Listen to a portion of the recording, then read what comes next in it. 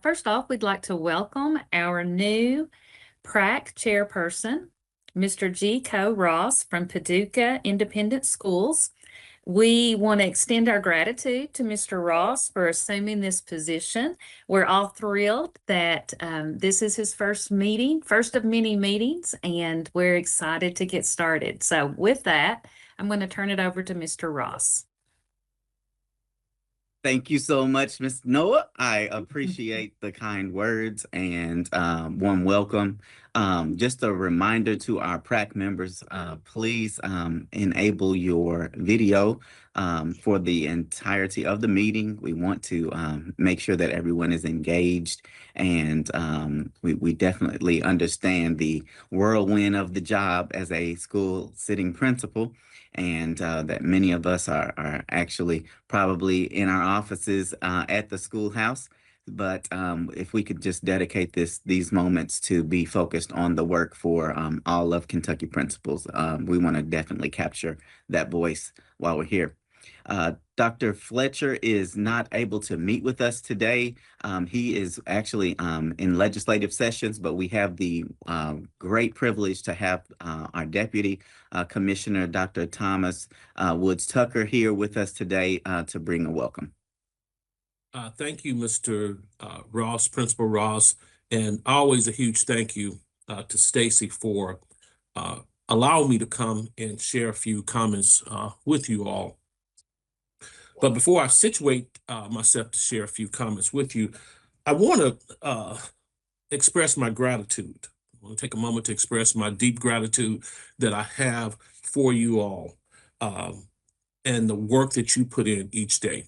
That work and that dedication shows up.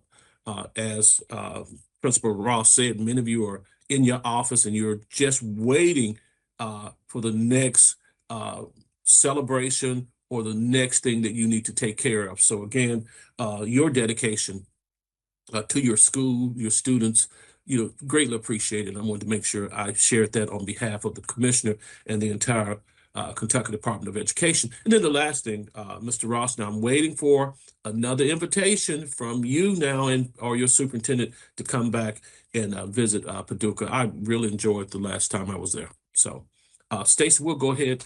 Thank you for driving the slides. And folks, I'm going to be very brief on these slides here. Mr. Ross and Stacy will make sure that you have access to them because Stacy knows I'm from Arkansas and she's only going to give me 7 minutes to speak, which may turn into 8 or 9. So I'm going to be very brief here. So let's go with the first slide. So the Kentucky United We Learn Council recently discussed the high school transformation work. This was during their January 23rd Kentucky United We Learn Council meeting, and the members talked about the progress that we're making with assessment and accountability reform and the efforts to reimagine the high school experience in Kentucky. We're fortunate that the National Association of State Boards of Education invited the Kentucky Board of Education to participate in its high school transformation state network, which builds the capacity of state boards to enable rich student experiences that foster content, mastery, and durable skills. And this was a fantastic honor because only a few states, I think about 8 state departments of education, were invited for this honor. Now, you can read more about this at the Kentucky United We Learn Council meeting on Kentucky Teacher. Next slide, please. Results of the 2025-2026 Impact Kentucky Survey show continued positivity towards our profession. And it's the positivity that we're really looking for. So when you look at our great profession, it continues to rise, at least among Kentucky educators. According to the 2025-2026 Impact Kentucky Working Conditions Survey, educators responded 80% favorably to questions about staff leadership, relationships, which was 2% higher than the previous report. A total of 76% of educators said they felt like they belonged at their school, which was also an increase of 2% from the previous year. The full report and results can be viewed on the Impact Kentucky website at our main landing page. Next slide, please. Applications are open for non-voting KBE student and teacher members. We really need your support with this. They are being accepted to sit on our board as the Kentucky Board of Education is non-voting members. And so please encourage your teachers and encourage your students too to think about this one-year appointment. It runs from July 1st, 2026 to June 30th, 2027. Required materials for the teacher application include the KBE non-voting teacher application, resume, narrative statement explaining why the applicant wants to serve as a non-voting teacher member of the board, a statement of assurance that the applicant meets the definition of a teacher as defined in 701 KAR 5:160, and a description of any pending or final disciplinary action against the applicant by the EPSB. Next slide, please. Applications are open for the non-voting student member to sit right alongside the non-voting teacher and the board member. It has been a tremendous honor the last 6 years to work with the previous student members. It really showcases the work that you all put in each day to really support our students, and the students have really represented Kentucky extremely well. As a matter of fact, our current member on the board, the member prior, I should say, was nominated for a National Student Award, and this was a very prestigious award that makes Kentucky look really great in the eyes of public education. And we do that anyway, but it was a wonderful honor, and it speaks to the work that you all do with our teachers each year. Required materials for the student application include the online KBE non-voting student application, resume, narrative statement explaining why the applicant wants to serve as a non-voting student member of the board, 2 letters of recommendation, strong letters from principals, a parent statement of support, and an optional school statement of support. And you can reach out to Dr. Gliptis and Grider Jones for additional information. Next slide, please. And some of you probably have seen these videos here. The Kentucky Department of Education recently unveiled new video series highlighting local assessment and accountability work that's happening in your districts, in your schools every day. So I'm really excited about those. The videos document the work done by KDE, the Kentucky United We Learn Council, and districts across the Commonwealth to explore new ways of incorporating vibrant learning experiences into the classroom while emphasizing collaboration with the community and innovation on how we approach assessment. So wonderful exemplars of great work happening along the lines of assessment and accountability. And you can go to KDE's YouTube page to see some of these exemplars. Next page, please. Now, this is one of my favorite councils here, and that's the high school students for the 2026 Commissioner Student Advisory Council. I participate in that council, and I get to see students across the Commonwealth, and they represent your districts extremely well. Public school students who are currently freshmen, sophomores, or juniors in high school are invited to apply for positions for the 26-27 next school year on the Commissioner Student Advisory Council. The group meets with the Commissioner and KDE staff to discuss how decisions made at the state level are affecting students throughout Kentucky. And the application deadline is 11:59. Don't forget that, 11:59 p.m. Central Time on April 6th. Next slide, please. Huge honor, another wonderful honor. Keith, I told you we're going to have some really great updates today. Spencer County's Michelle Gross was named the 2026 National Teacher of the Year finalist. There are only 5 left in this final round. In fact, Michelle is actually in DC right now during her interview. And think about this, folks. Think about this. Kentucky has 1 of 5 finalists. There are approximately 2.8 million public school teachers in America, and we have 1 of the finalists. So give yourselves a round of applause. Right? Okay, moving on. Next slide. KDE is accepting applications for the School Counselor Advisory Council. That is one of my favorite councils as well, not just because I get to participate and bring welcome messages each month, but it's a wonderful recognition for our school counselors and the work that they do each and every day. This advisory group plays a critical role in informing statewide school counseling initiatives, policies, and guidance by elevating the voices and expertise of practitioners from across the Commonwealth. The application, which is due by April 15th, can be completed through the School Council Advisory Council application form. And Dr. Michelle Searcy heads up that group for us, and she does a tremendous job. Well, Stacy, I think I've done it in about 6 minutes. What do you think? Yes, thank you so much. Perfect timing. Okay, now, if you have any questions, please feel free to email me or drop them in the chat. I will be on for a little while longer before I head to the Kentucky's Educator Rising conference here in Louisville here in a few minutes. Thank you so much, Dr. Woods Tucker. I always appreciate your enthusiasm and charisma as you share the great things that are happening around the Commonwealth. At this time, we will roll into our roll call. PrAC members, please be reminded that we will need you to come off of mute and actually do an audible response for our attendance purposes. Lynn Petrie. I'm here. All right. Peggy Sinclair. Morris. I'm here. Liz Kirk. I'm present. Jeff Blythe.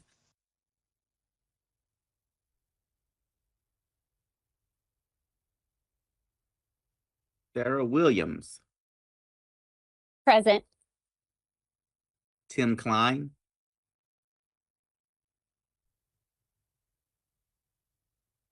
Amanda Noak.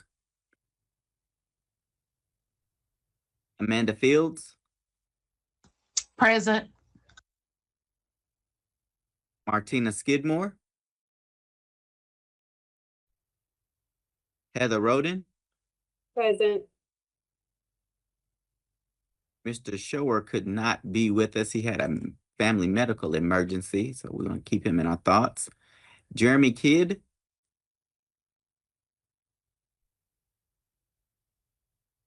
Jamaica Howard. Sorry, can you hear me now? Oh, yes. Sorry, that- I have little microphone issues. Yeah, Jeremy Kidd. Glad to have you. Jamaica's here. Wonderful. Ginger Estes. Present. James Hood. Here. Bonnie Spears.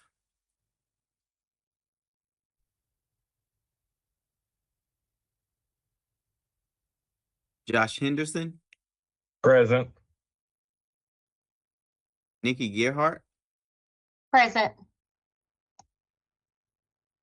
Beth St. Bernard. Present.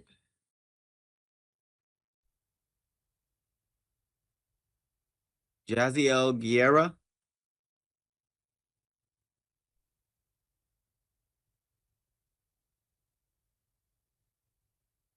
I think we have our roll call. Thank you all so much. At this time, we'll move on to our principal prep representation. We appreciate always hearing from you all and your presence here.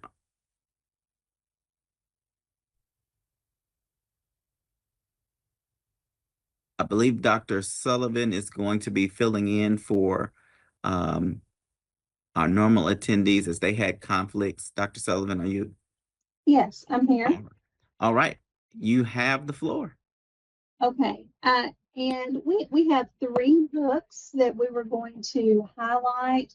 They have been a collaborative effort of admin programs across the state, and these have been used in a lot of our principal prep programs. The first one is called School Improvement. Let the PECL standards work for you. And so that's been a wonderful way to introduce the PECL standards in a real, live, authentic way with our aspiring principals. The next one was Service in the Trenches, and that is true stories of servant leadership by um, principals in the field. I guess I can put these where you can see them. There's that one. Sorry. And here is the first one. Let the PECL standards work for you. And then the last one that we have done is school safety. And of course, we know how important that is for our leaders. And again, there are true stories in here. And of course, they're not all happy stories. But all of these books present scenarios and real life situations that have happened in schools or with our school leaders. And then we present questions for discussion on how you would deal with those situations. So that's what I was asked to share today, are those three books. And we're very proud of those and think they're making a positive impact on our aspiring principals. Thank you so much, Dr. Sullivan, for sharing. Always great to see the literature that's out, and I particularly appreciate the capturing of narratives of sitting principals. You know, I'm sure at some point we've all said, you know, I really should write that book. I need to write that down, and I'd be a millionaire and could retire and all the things. So that's cool that you all were able to capture that. Excellent work. Thank you. Thank you for letting us share. At this time, we'll move on to our agenda approval. PrAC members, if we will comply, we're going to actually use the voting feature within the chat. So if you don't have your chat open, if you could do that. I will need just a motion, however, to approve the agenda. If you'll come off of mute, state your name. This is Ginger Estes, and I make the motion. Motion's been made. Is there a second? This is James Hood, and I'll make a second. Motion's been made and properly second. Any questions? All in favor, please use the chat to submit your vote.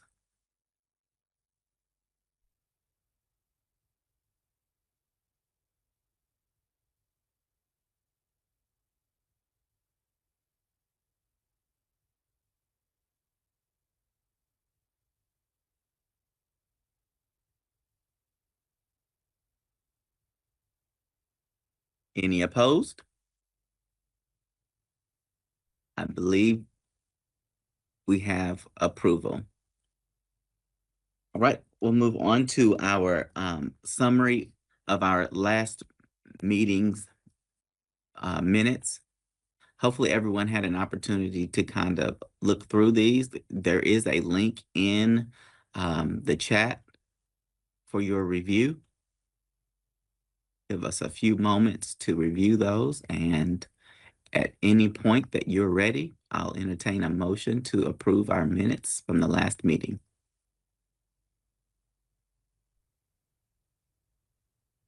This is Sarah Williams. I make a motion to approve the last meeting minutes. Is there a second? Josh Henderson, second. Motion's been made and properly seconded. Any questions? Again, all in favor, please use the chat to submit your votes.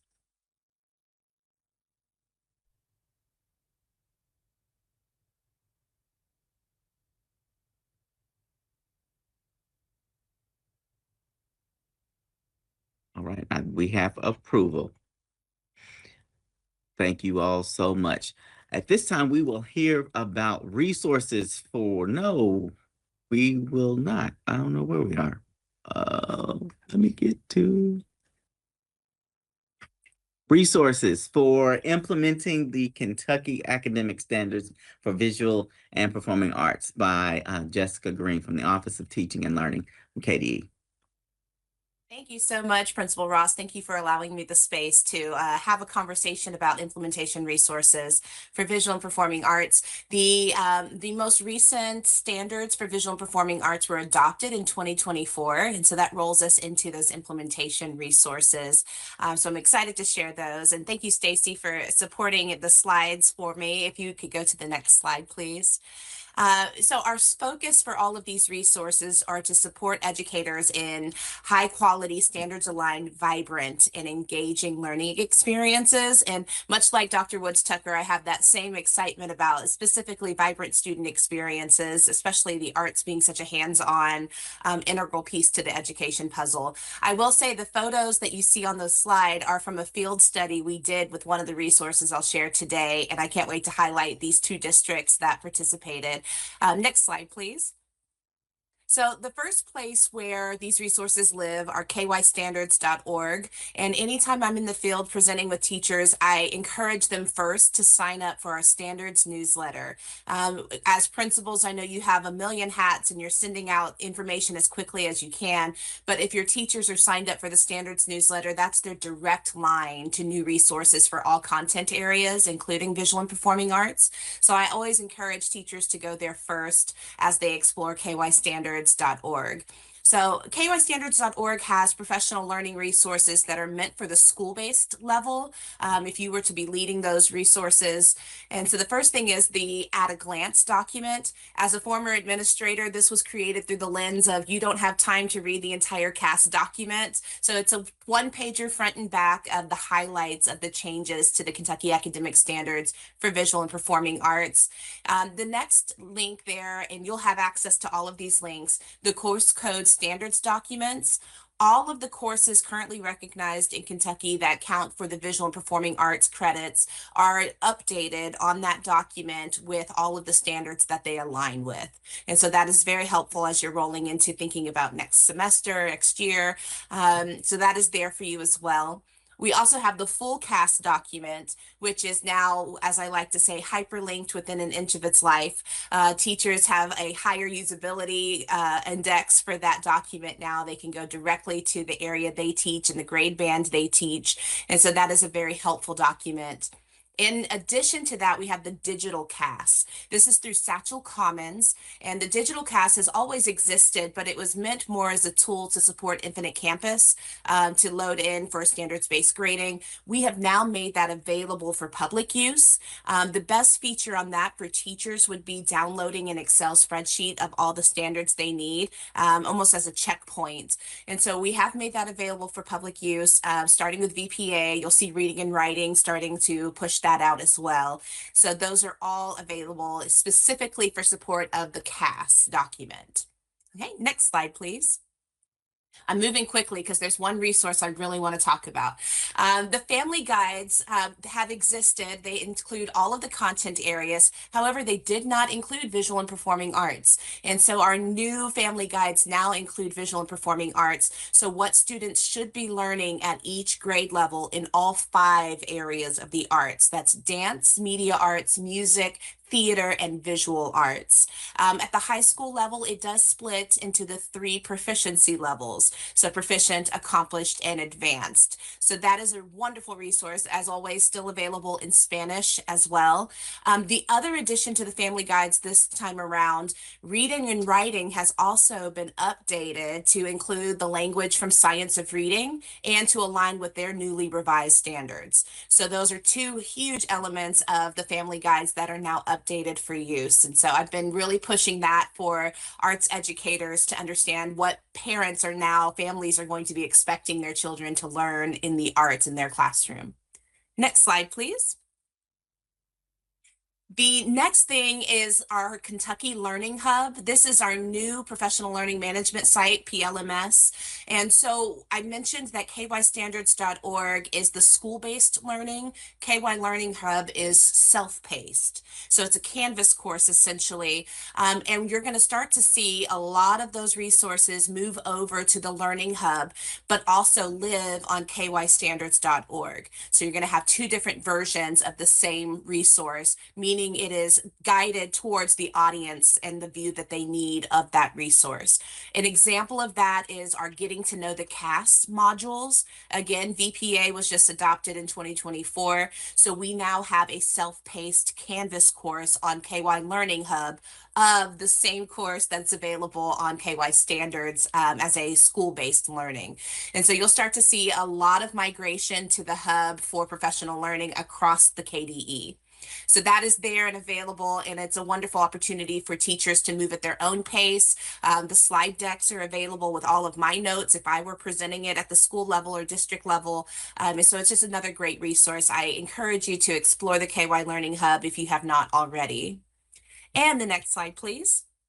This is the one I've been waiting to talk about. The interactive resource is basically the HQIR aspects for the arts. We know that HQIRs have not been adopted for visual and performing arts, so we created a resource that has those elements. So this is a teacher notes document that has a script, essentially, student-based language, pedagogy, discussion techniques, engagement techniques, and every resource that is needed to implement the learning experience.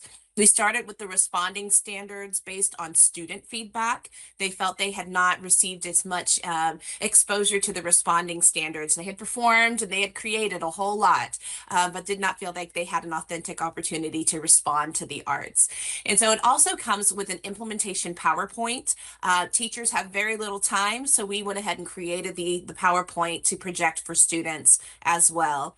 And then it has companion videos. The discipline experts that we brought in to revise the lessons that I wrote created videos of each section of what it looks like to implement each section in a real classroom with their own students. And so it's a very, very tangible example of what the standards look like in action. Next slide, please. Stacy, I don't know if we have the time, but this is a video example of what that looks like. So I would encourage you to look through that. It's still me talking on some of the video, but it is a nice way to understand what each of these pieces of the resource entail. And the next slide.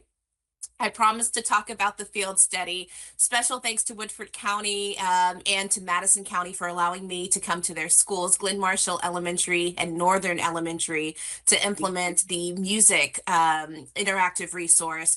And you can see from the pictures, my favorite one is that bottom left. There are two little boys playing rock, paper, scissors. They're fighting over which character they're going to portray with their instruments. And they did it in a very diplomatic way. I really appreciated their work on that. But you see students working with the graphic organizer that comes with that interactive resource to assign instruments to familiar stories. This is also aligned with CKLA, which is an HQIR for reading and writing. And so we chose Goldilocks and the Three Bears, a familiar story, because students are analyzing now the character and the sound of the characters. And so Papa Bear would be a big bass drum, while Goldilocks would be a triangle. And they had some really authentic conversation about why they chose the instrument and the rhythm that that character would have. And so on the slide, you'll see some feedback from the teachers who implemented this as part of the field study and how it increased engagement and allowed them as expert teachers to think about responding to the arts in a new way.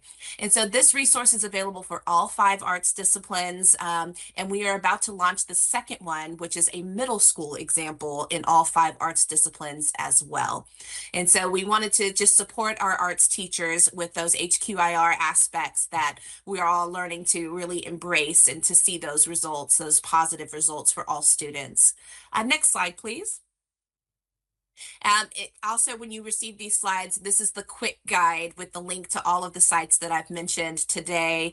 There are also some external resources within those slides that would be helpful to teachers as well. And the next slide is any questions that you may have.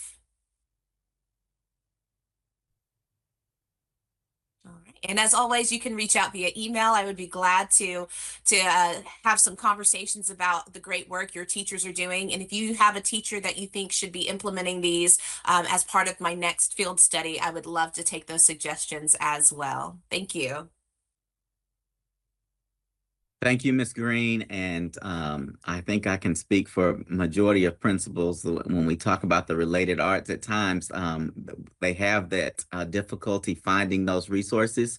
So being able to have a one-stop shop kind of place that we can point them in that direction is very helpful. Sometimes I feel like they feel left out, particularly as we have been talking about the HQIR so heavily in reading and math and some of the core content areas. This is very helpful. So thank you so much for your work.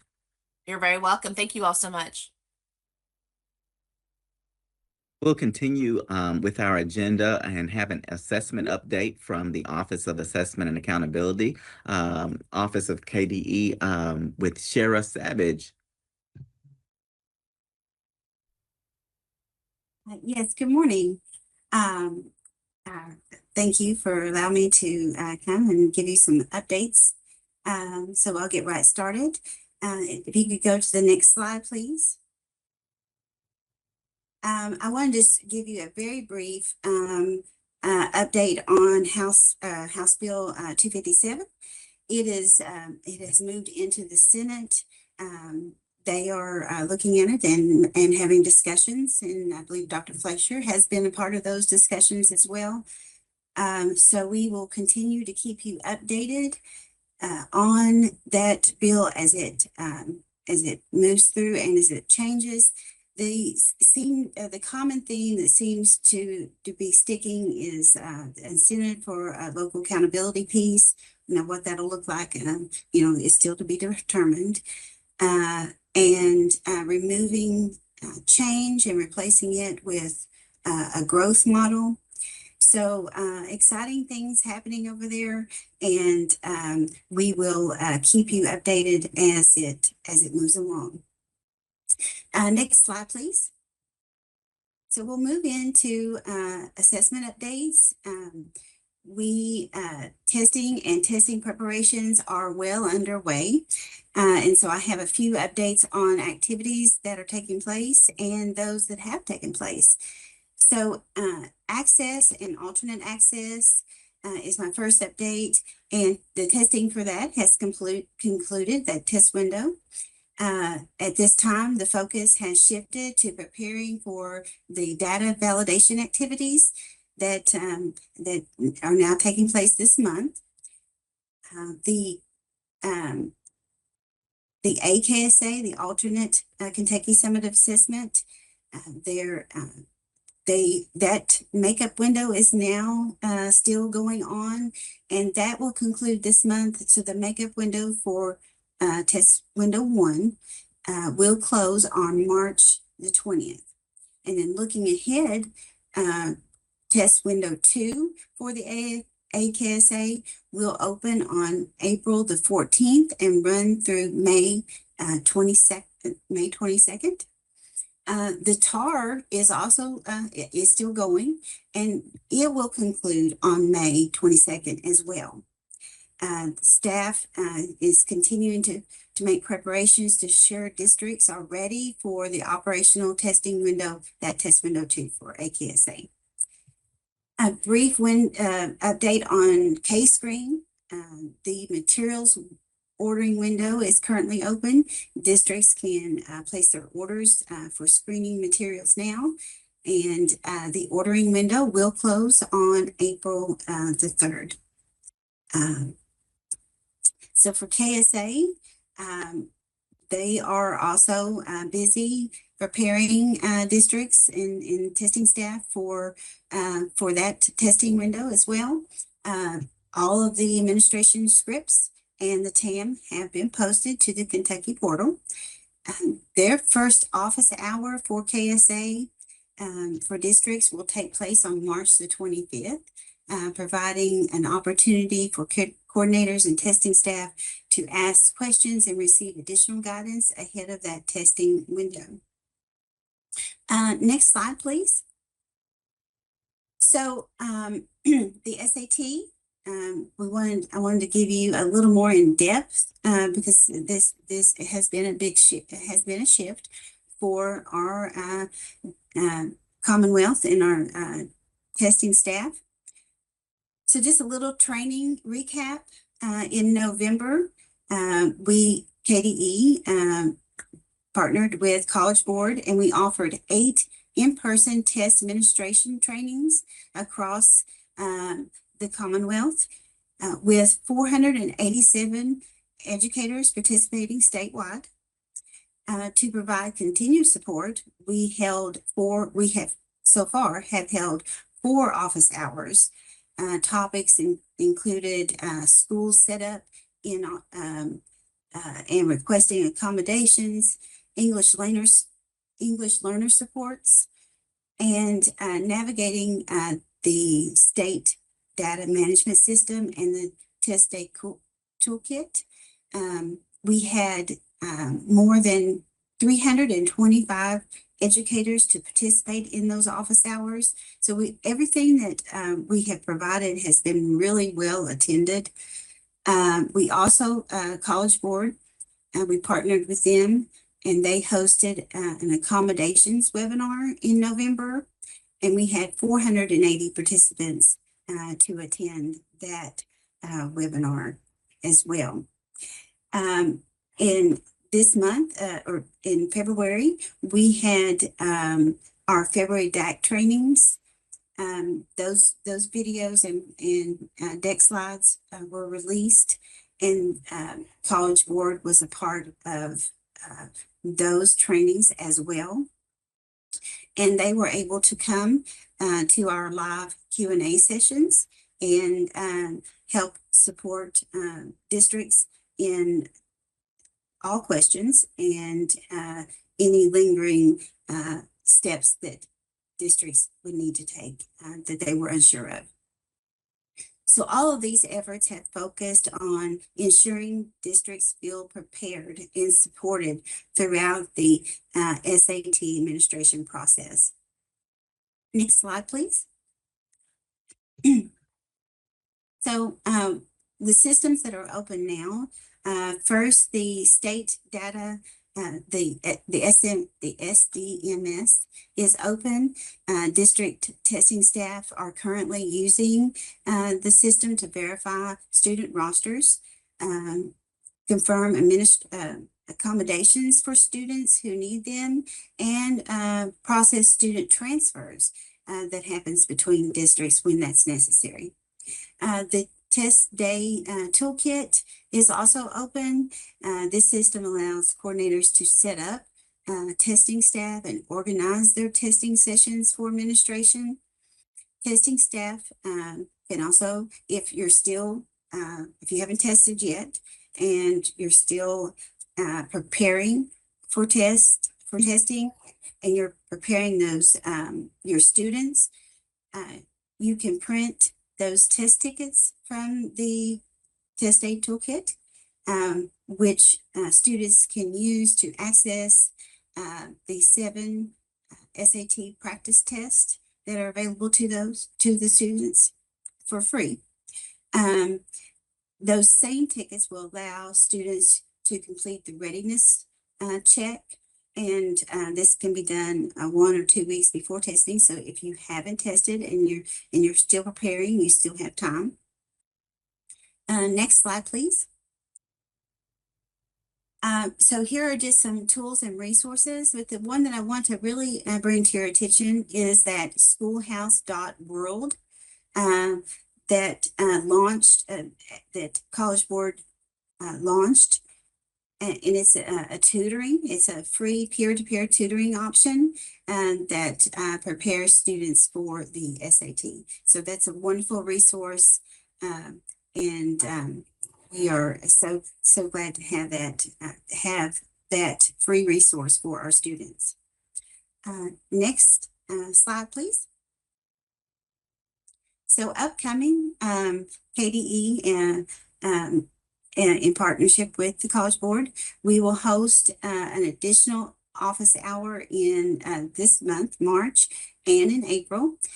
These sessions will cover topics related to administration to provide opportunities for testing staff to get in their final questions, make sure that they're understanding all the pieces to administer the test, and then those scores, and the SAT scores and the reports that come with that after the test has concluded. So overall, preparations have went well, and they've been well attended, as I said earlier. And Kentucky is ready for a successful SAT administration. So just to give you an update, so far we've had over 5,000 as of yesterday evening. So I'm sure there is lots of good testing going on as we speak. But as of yesterday evening, we had over 5,000 tests that had been completed. So we are well pleased with the progress so far. So with that, that concludes my presentation. So do we have any questions? You can always email me after the fact if you have any. So, yeah. Thank you so much for that KSA update. I know there's been quite the conversation about the SAT transition, so it's reassuring to hear that we are ready for the administration. So great stuff. Thank you. We'll be moving on to our Impact Kentucky Working Conditions Survey tool. This is something that they've been kind of working through. Now that we've got the data, what do we do with it? So excited to share a little bit of information with a tool that's been created. I don't believe Ms. Satterley is going to be able to join us, but I'm going to turn it over to Ms. Noah, and she's going to kind of update us on this tool. Thank you so much. And just give me a little grace here. Emily had an unexpected family emergency this morning, so I'm stepping in. Probably, certainly won't do it as well as she had planned out, but here we go. All right, let me get a drink.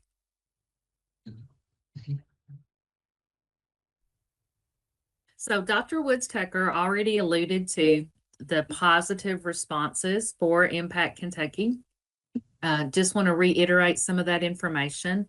We did have an 84% rate, so that's over 40,000 people responded. And the results are trending upward, so definitely a positive. We do want to look at the statewide results by topic. And I wanted to make sure that everyone knew how to access information about the survey. So if you want to go ahead and click on the link, it'll take you to the Go Teach Kentucky website, and it's going to give you lots of information about the Impact Kentucky survey, kind of the who, the what, the when, the where, the why type thing. But go ahead and open that up just so that you have a moment to review.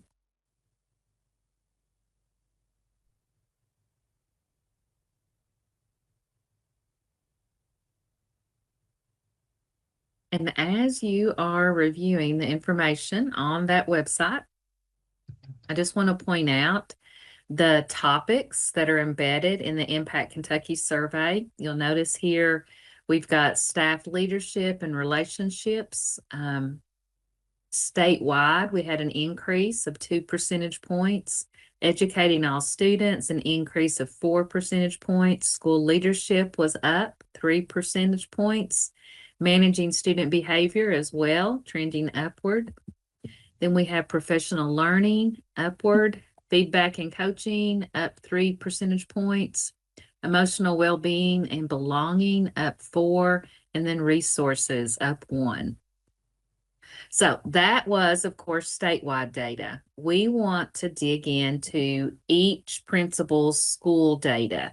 So at this time, I'd like to ask you to go to the impactky.org website and locate your school information.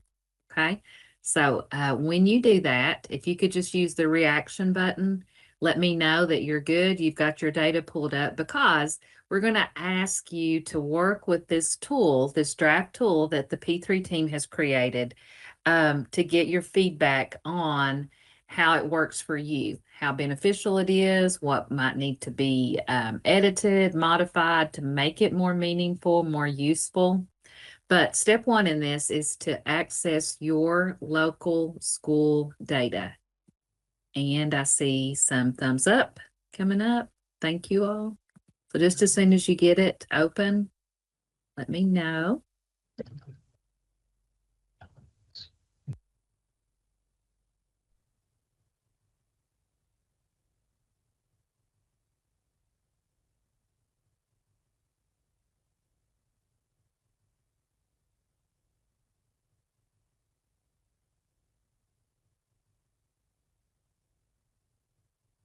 All right, I see the reaction buttons, thumbs up.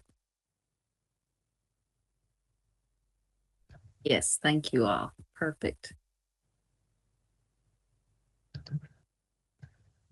All right, so the power of the Impact Kentucky survey comes whenever you dig into the results from your own school. We have drafted a tool to assist school leaders as they analyze school results and would like to get your feedback before sharing the tool out on a larger scale. The tool is developed for you to personalize. We want it to fit your needs. We've got a link to the tool, and that is, I'm sure Keith's going to drop that in the chat for us. It's also on the slide deck that I sent out. And you'll notice whenever you click on this Impact Kentucky analysis tool, it's going to force you to make a copy. And that was intentional. We want you to make a copy for yourself. That way you'll be able to manipulate it a little. You can change the questions if you'd like. You can decide which part of the tool that works best for you in your school. Maybe you want to use it with your school leadership team. But what we want to do is solicit your feedback and input on how to improve the tool after you've had a chance to try it out. So we're going to give about 20 minutes, probably won't need all of that time, and you all let me know, of course, and we'll cut down the time, but I'm going to give you some uninterrupted, quiet time to look at the tool and use the tool with your own data that you've opened up. Okay? Anybody having issues opening the tool or accessing data? We're all good. Perfect. Okay, so I'm going to start the timer here. And like I said, we've got 20 minutes allocated, but if you don't need that much time, I'll kind of stop midway and check and see where we are. But at this time, it's just you working with your school data using that Impact KY analysis tool with the goal of giving us feedback on how it worked. Okay, just feel free to work away.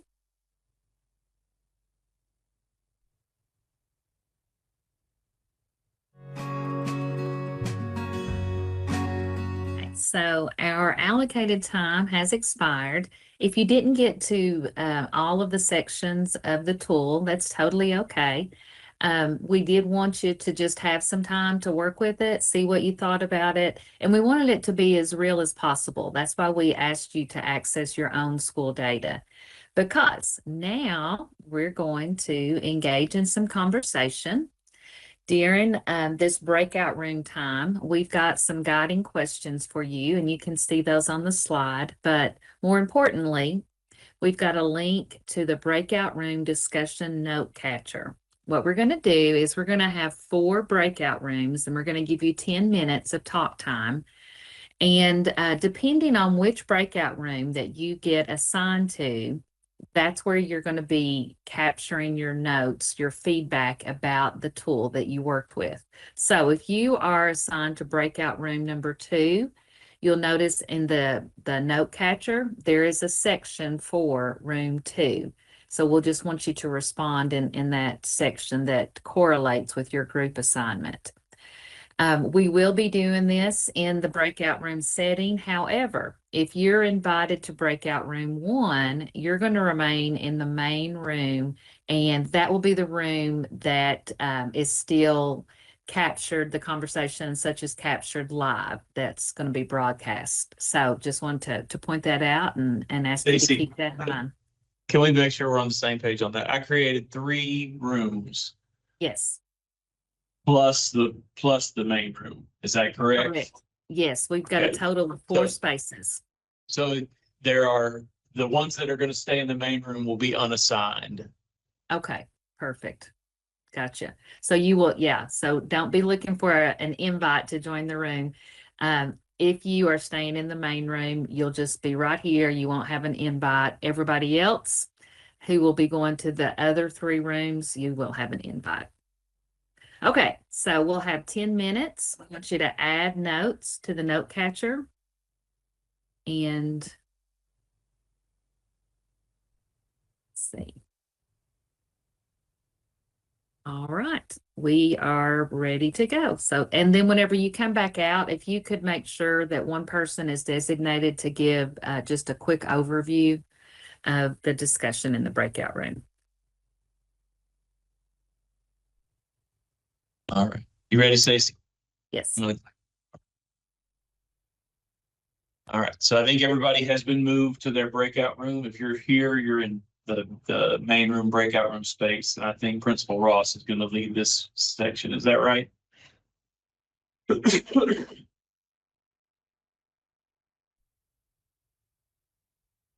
I can. Stacy, I thought that's what you said. Yeah.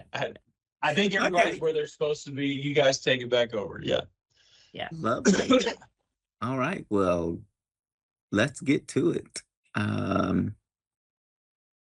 First, any initial thoughts about the tool that anyone would like to share?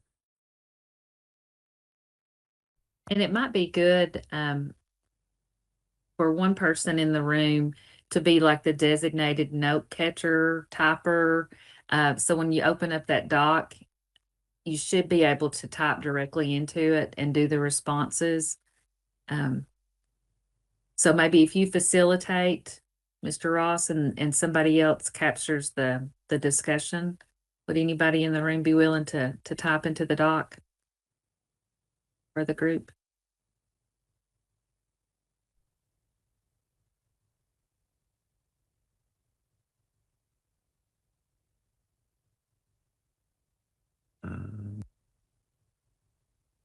Let's see. My view In is terms of principals, I just see, well, I see Liz, Lynn, and you. Are there, so there's 3 of you? I'm missing somebody? that's what I was trying. My view, I can't see. Yeah, I know it's difficult. Is there anyone that would like to take on the note catching? Otherwise, we can just do it as we're talking. I don't care to do it. Okay, great. I think that's Liz. Thank you. You're welcome. Okay, any initial thoughts? I guess we can just go through the questions, but I did want to give, if anyone had anything just stuck out to them, the opportunity to say. Right, hearing none. The first question is the time needed to complete the analysis tool reasonable for individual school leaders and or leadership teams. I think that the time was pretty reasonable. Of course, you could always delve in a little more, particularly, if you haven't looked at the document before. But knowing how quickly things move, I think that was adequate amount of time.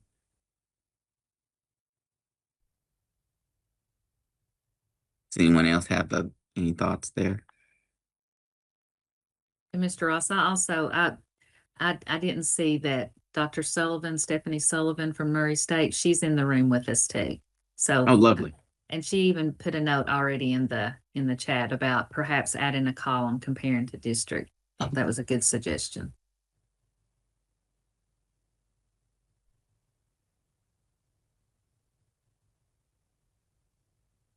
I also, as we're talking about that, I thought about the opportunities for some longitudinal uh, discussions within the tool. On the online version, it tells you kind of the change factor, but maybe that could be something that's added to the tool itself as well as a way for individuals to kind of look at that data to determine if we're going in the right direction or we need to make some adjustments. I agree. I think that would be very important to add.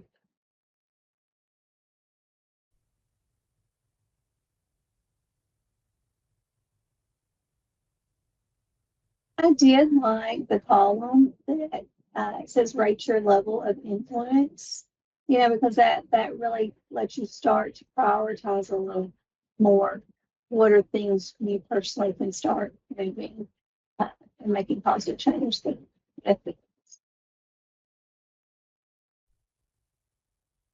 And also as you look at just change theory, there will be times when some of our ratings will decrease because of the struggles or pains of change.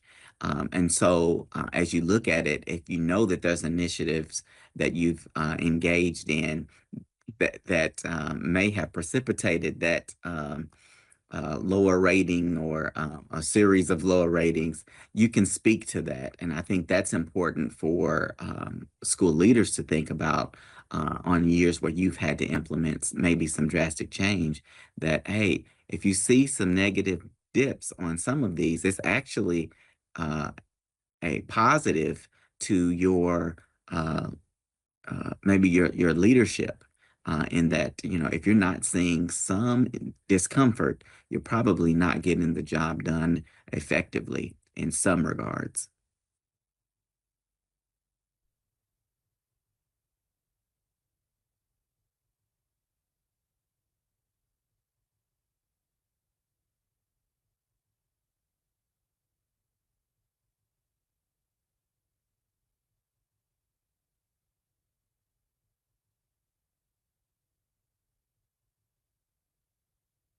Did anyone feel that the format needed to change? I like personally how simple it is. It's not a bunch of extra fluff. Sometimes we can get real flowery in education, but it seemed simple enough to follow.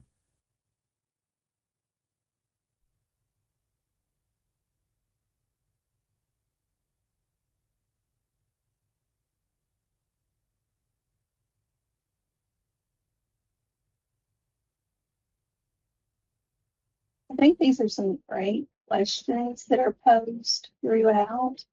And, I can see how these are great for principal and self-reflection, but also great questions if you have a leadership team and you want to have some honest discussion about where priorities need to be. These would be great things for the leadership team to work through with the I agree with that wholeheartedly.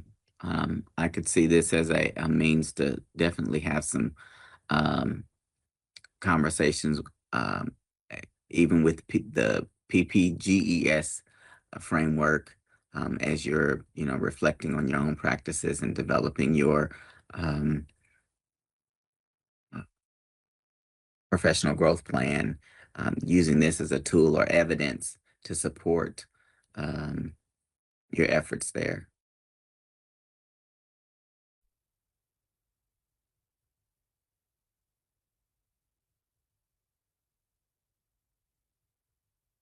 I think showing this to staff wouldn't be a bad idea either, to show that, hey, I'm hear you. That survey wasn't just something else to do, but I use it. It informs my practice as a principal. now that you've shared these things, this is what I'm doing as an action plan to address these things. I think that would bring a little bit more credibility to the survey and possibly increase participation in the future.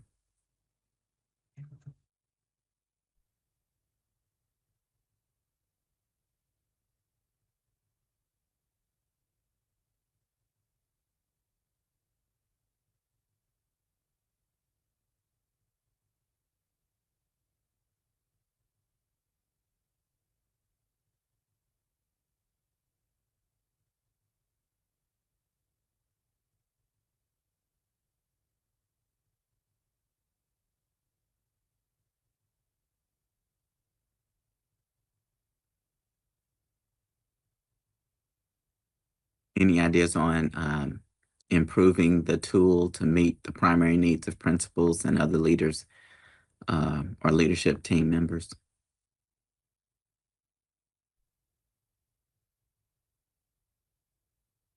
The only thing I thought about is adding the district percentages. I think it's important that you know where you stand, not just with the state, but also your district, especially if you're a large district like Fayette County. So I would just add a column, again, just looking at that structure so that I would have the state and the district. Those numbers are easy to pull anyway. And so it would just give you a one-stop shop for all that information. Agreed.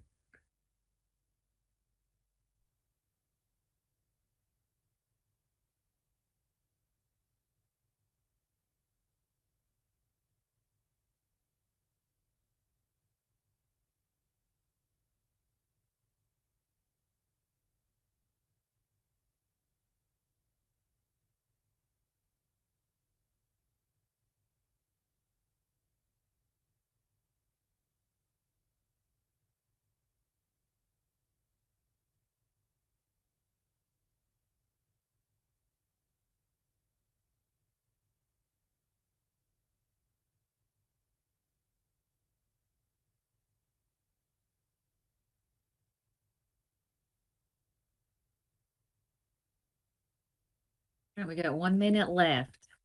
You all want to hit that last question there? The communication channel, that one we're especially interested in. How might we share this tool so that people know about it? A lot of times we have different things and we're promoting it in our regular ways, avenues. But do you have any thoughts on how we might be able to promote the tool so that people are aware of it? I would target just schools individually, like a pilot group, to really, hone in and get some feedback before you go, statewide, just so you can, make the changes you need to before everybody sees it and really starts hitting you with a lot of feedback. Right, right.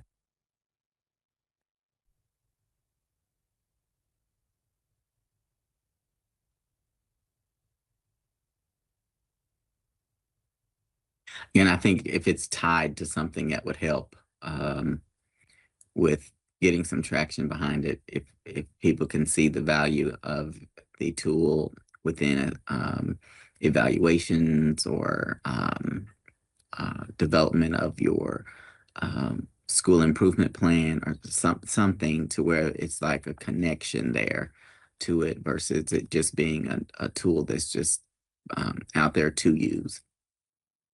Yes, yeah, great point.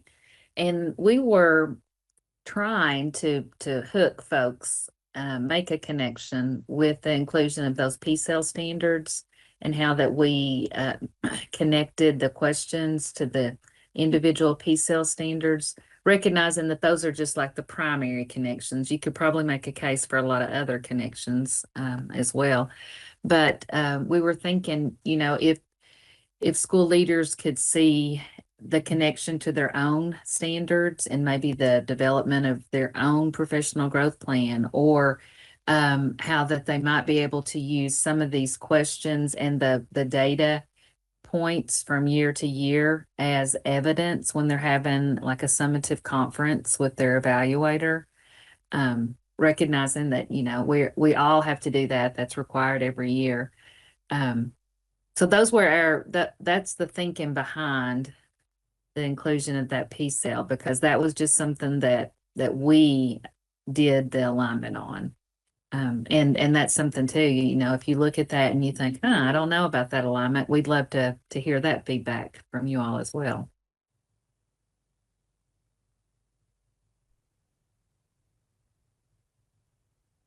But our time is up. So, Liz, you got notes? We're good? All right. And somebody will share out just a quick takeaway from our conversation. So, Keith, we're ready.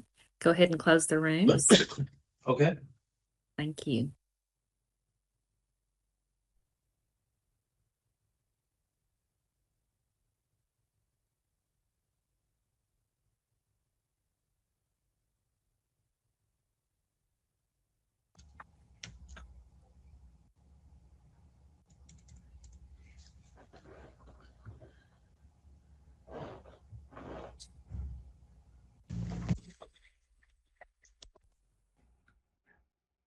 Okay, so welcome back.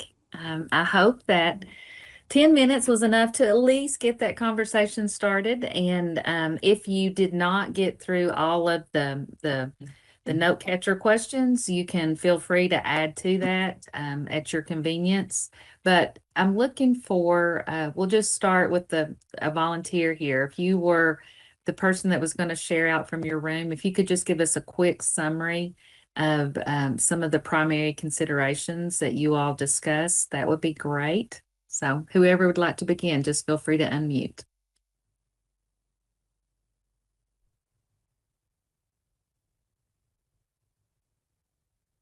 I can go first. We typed in room 4, but our screen said room 1. So whichever number you want to give to us. We really found the tool to be helpful. Some general feedback though. The blue headings on the data sheets were not in the same order as the screen on the website. And so it took us a little bit extra time to shift back and through, flip through different categories to get our data, which made it a little bit cumbersome.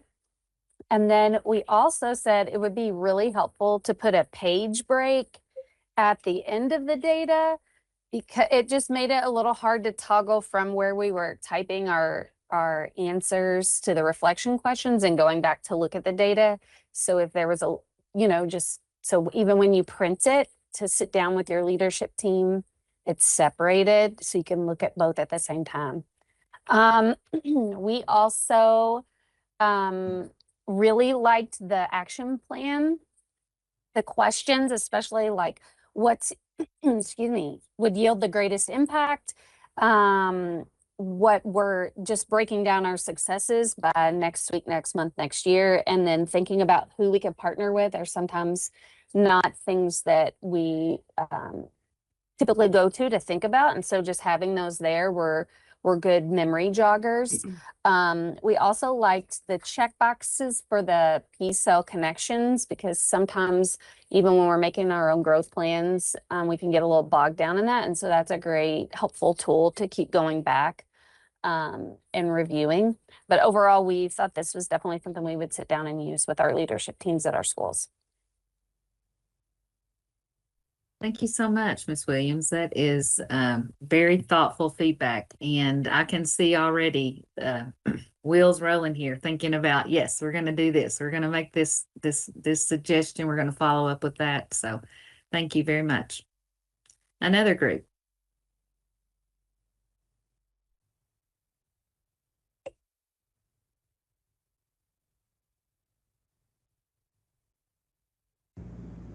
We talked in room 2, I believe, again, with the questions being in the aligning, kind of like the last group talked about, them being in the same order.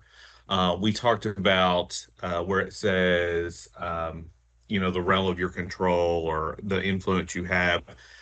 maybe ironing out what should we consider a 0, a 1, 2, 3, 4, and 5. My 3 may look a little bit different than somebody else's 3.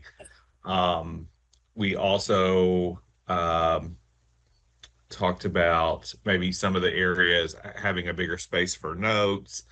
And really that was it. We thought it was a really good starting point to give principals guidance on how to look at this data.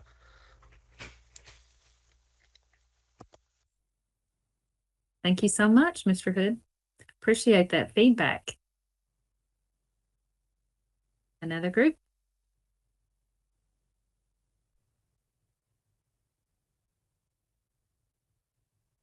I can talk on behalf of the group one since I took the notes. We basically overall, talking about time, we thought the time was reasonable, but we also talked about depending on if schools had really dug into their data, there might need to be some adjustments on that. There was discussion about opportunities for longitudinal data opportunities to look over time. We also talked about adding district percentages to view, especially if you're in a larger district, to not just look at the state, but also your district percentages.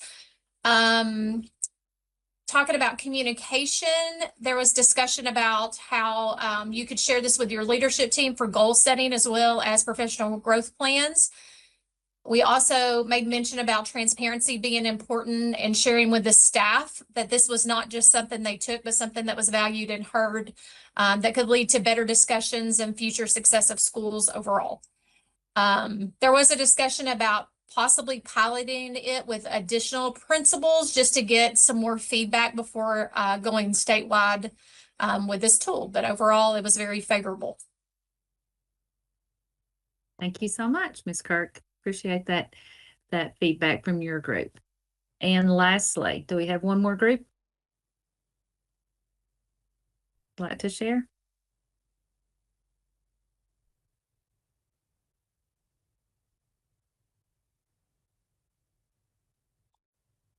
I can do group 3 since I was the note taker in that. We had a good discussion about the first question. We thought that first of all, the time frame to complete that task, we thought that was a good time frame. We also thought it was a great task to complete. We kind of said what another group had said about if the paper, the form was in the same alignment as the online survey in the sense of categories. We thought that, the survey is a great way to track trends over time. I think like if you do this, if we do it every 2 years, to take that sheet, compare it to the next sheet, which we should be doing.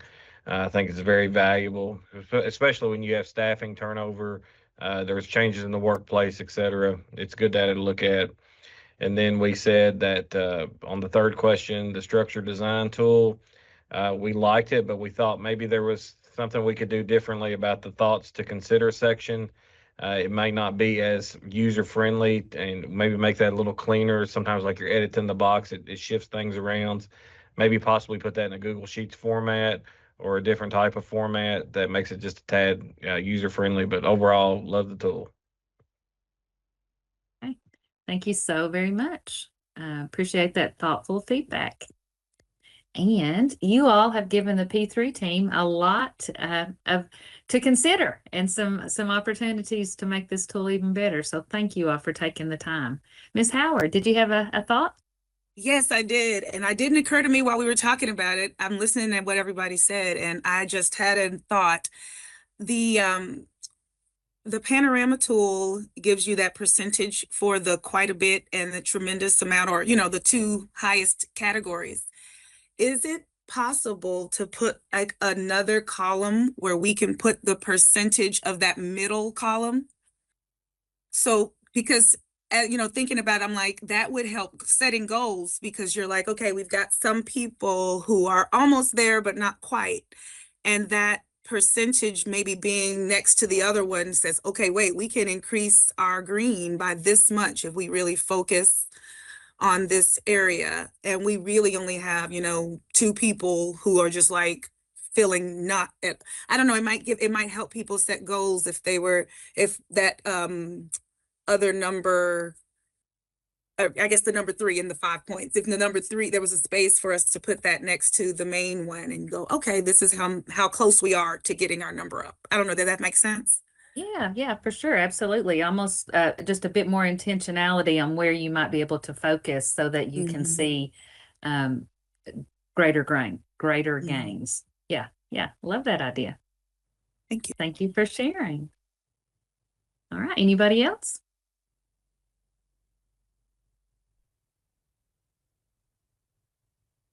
Okay. Well, we are continuing this this offer for help, technical assistance, interpreting the data, sharing the good news, and that actually comes from Ellie Gilbert. She's the key person at KDE who has asked us to share her email with you all as you're working with Impact Kentucky survey data. If you have any issue, if you need any clarification about something, if you would like to be perhaps a school that they spotlight for maybe a tremendous amount of growth in a particular area or topic. She encouraged us to ask you all to reach out to her, and you can see we've got her email there as well. We wanted to share with you that there are a couple of training sessions for district and school leaders, and you'll notice that we've got session 1 on Tuesday, March the 17th, and then session 2 is Thursday, March the 19th. And while it says session 1 and session 2, that is just indicating that it's a repeat session. So it's not different content for each of those dates, but it's a repeat session. So if you're interested, you got that registration link, and would encourage you to take advantage of it. Panorama is the entity that will be leading that too. So that'll probably be really good. All right. So we've made our way now to item 8, and I'm jumping in here, Mr. Ross, but I see my colleague Keith. He's just, he's ready to go here. He wants to get some feedback. So Keith, I'm going to let you take over. Wonderful. Well, thank you. I appreciate the time. Thank you, principals, for indulging me for just a few minutes. I'm going to put in the chat a link to the EdCamp grid. I hope that all of you were able to attend EdCamp this year. We generally have EdCamp on the 2nd Wednesday of January, and that's been going on since COVID. So we had it a couple of years in person to start out, and then the next 8 years have all been online, and it's been that same date since 2019. And so there was some feedback. You know, we had one year, I think it was 3 years ago, where the whole state was on a snow day on EdCamp Day, and we had like 350 people registered. And then it was a snow day, and so word kind of spread, hey, there's this opportunity. If you're on a snow day, you want to join this EdCamp conference, you can still hop on. And we ended up with like 650 principals and assistant principals that came to EdCamp, which is a virtual event that day. And so we've been thinking about, you know, how we have this structured, and I just wanted to bring it to the PrAC group to get some advice and guidance. We're thinking about moving it from the 2nd Wednesday in January to the very beginning of winter break. And so it would be on a day when the vast majority of schools in Kentucky are out for winter break.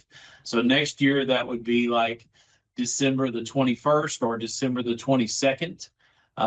Most principals are still working during that period of time, as far as my experience has been. But I wanted to bring that to your attention and get some feedback on the date. So if you had the choice to attend a virtual conference, would you prefer for it to continue to stay on the 2nd Wednesday of January, or would you prefer it to be on the 1st or 2nd day of your winter break? And I guess my question is, are your districts requiring you to do specific tasks on those first couple days of winter break that would make it even harder for you to attend something like this virtual conference? And hopefully you were able to get access to EdCamp Grid through that link, and you can see kind of how the day is mapped out, all of the things that were presented this year, the topics that were presented, and how the day kind of flowed. And so you can come and get 3 hours of ELA credit. If you just stay half of the day and attend 3 or 4 sessions, you can pick and choose which one you want to go to. You can go back and forth in and out of EdCamp. If you want to get 6 hours EdCamp credit, you stay the whole day. So there is some flexibility there. People seem to like that flexibility to be able to pick out the sessions they want to attend and just pop in when those are going on, and then still be able to run their building the remainder of the day. I see we've got one pop in the chat. If you would also pop in the chat what your preference would be on the date for EdCamp, I would love your feedback. I'm going to ask several groups this same question, the folks who attended last year and the presenters, especially from last year. So pop in that chat if you would, what your thoughts are, and I would appreciate that very much. And then the second thing that I was wanting to get your feedback on as you look through EdCamp Grid, we also have the Kentucky Principal Network. And if you're not a part of that yet, let me pop that into the chat as well, so that you can learn more about the Kentucky Principal Network. This is a 2 years. This is the second year for the Kentucky Principal Network, and the P3 team partnered with all 8 cooperatives so that we could offer a statewide networking opportunity. We've copied this off of the school counselors statewide group. It's kind of the same idea. We meet 4 times a year, and it's just in the morning. Principals come together, and it's kind of a mini seminar kind of a thing where we have 3 different presenters, but there are also 3 breakout rooms that folks can go into to talk about whatever the topic is that is being discussed that day. And so as you look through the EdCamp Grid, and if you want to take a look at the Principal Network as well, we're looking to hit on topics that are timely throughout the year for these sessions, and things that are important to you as sitting principals in the field. And so feel free to also put that in the chat, or I'm going to put my email in here.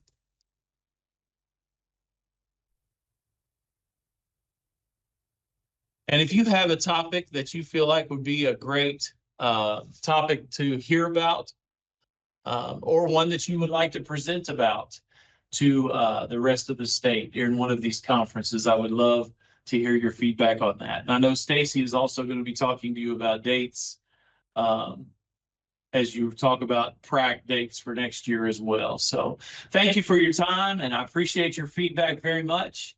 Drop something in the chat or drop me an email. I would really appreciate on those topics. Thanks, Stacy. Thanks for the time. Thank you, Keith. All right, since my name's on this next one, Mr. Ross, I'll just go ahead and take off with it. Item 9, PrAC meeting dates for 26-27. And so what we've got are some proposed dates, and we tried to do the dates for next year on different days of the week. In the past, principals have requested that we do different days of the week for each quarter, just because sometimes different districts have like a standing meeting that they have to attend on Monday morning. So that's why that you can see here that we've intentionally put in different days of the week. But one thing that we wanted to ask about is our December meeting date.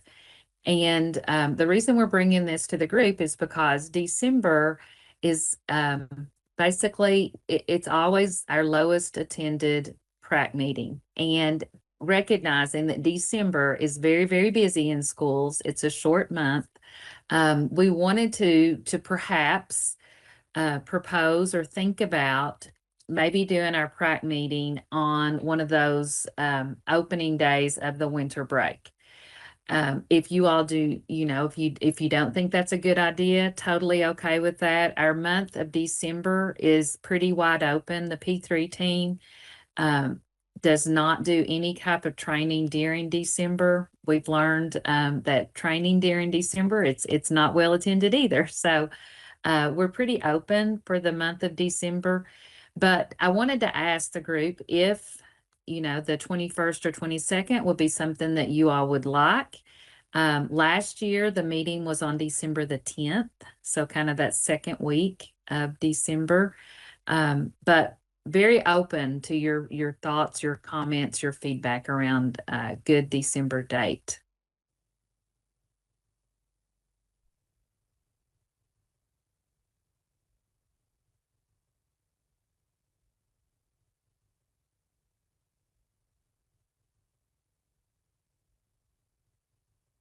Any strong opinions?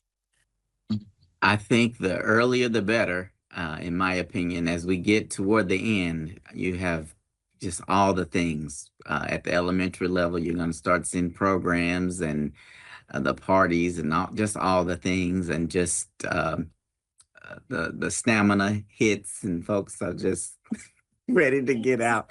So for me, the first week would be, if that's possible, would be probably the most ideal scenario. But I understand December in of itself is tough. Okay. Yes, that's a good point. Earlier the better. First week of December. Okay. All right. So I see those responses. All right. Well, we will get us a day early in December. As you look at the other dates, September 30th, March 23rd, June 10th, is there anything that strikes you about those dates that we've not thought about? Like, a certain event or testing or conference or something might be in conflict with the September, March, and June dates?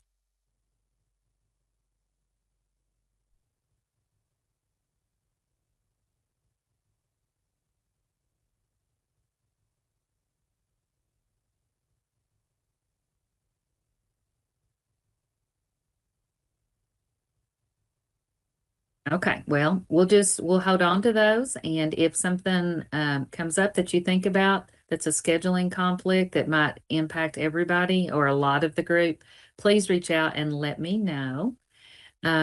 This joint book project, Dr. Sullivan's already shared. So that takes us to item 11, and I'll turn it back over to our chairperson, Mr. Ross. Thank you so much. It has been a pleasure to preside over the meeting today. I hope that everyone has gained some valuable information that you can take back. I want to charge everyone to please think about your colleagues within your district, or those principals that are close to you that you have conversations with. Feel free to share the content from the meeting. I think it's important that we try to kind of evangelize, if you will, the information that we got, not just kind of gatekeep it. But as a member of the PrAC, we also are relying on you to share and be a voice for those other principals. So getting their feedback and reporting back is always acceptable. Okay. We have a new little portion of our meeting that we're going to be adding in, and it's something that, if we don't do it this way, it won't get done, and as it hasn't been. So there's a feedback form that has been a part of this process for forever, and we've generally said we're going to adjourn the meeting and, hey, do that feedback form and get it back to us.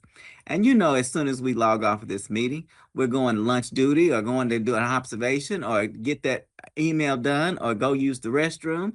And so we're going to take just a few moments right now and provide some feedback so that the P3 team can have that and know. Also, so that the commissioner and the board are aware of the impact that this committee is having, and a need and the necessity to keep it going, because as we are viewing for accreditation and whatnot, there needs to be a mechanism to say what we're doing is working or not. And so we definitely want to do that. So I'm going to be quiet and give everybody a few moments to get that feedback form open and just jot down a few thoughts there for us. And then I'll come back on and we can adjourn.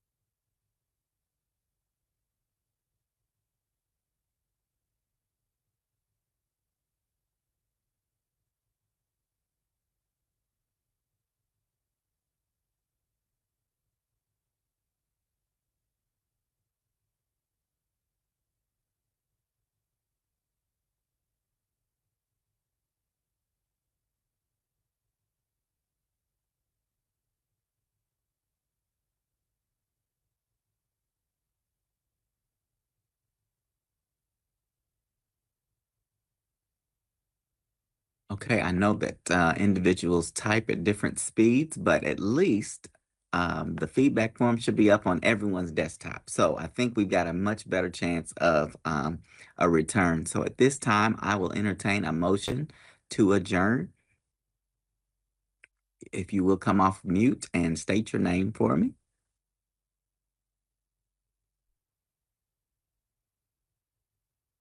Motion to adjourn, Liz Kirk. Is there a second? Second, Jamaica Howard. Motion's been made and properly seconded. Any questions or anything for the good of the order? Seeing none, all in favor? Please use the chat to signify your vote.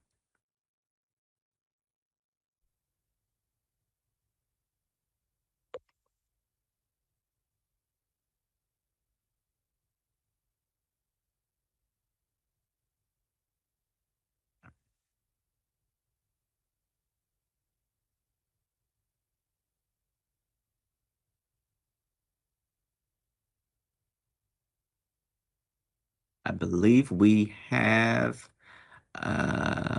approval. Any opposed?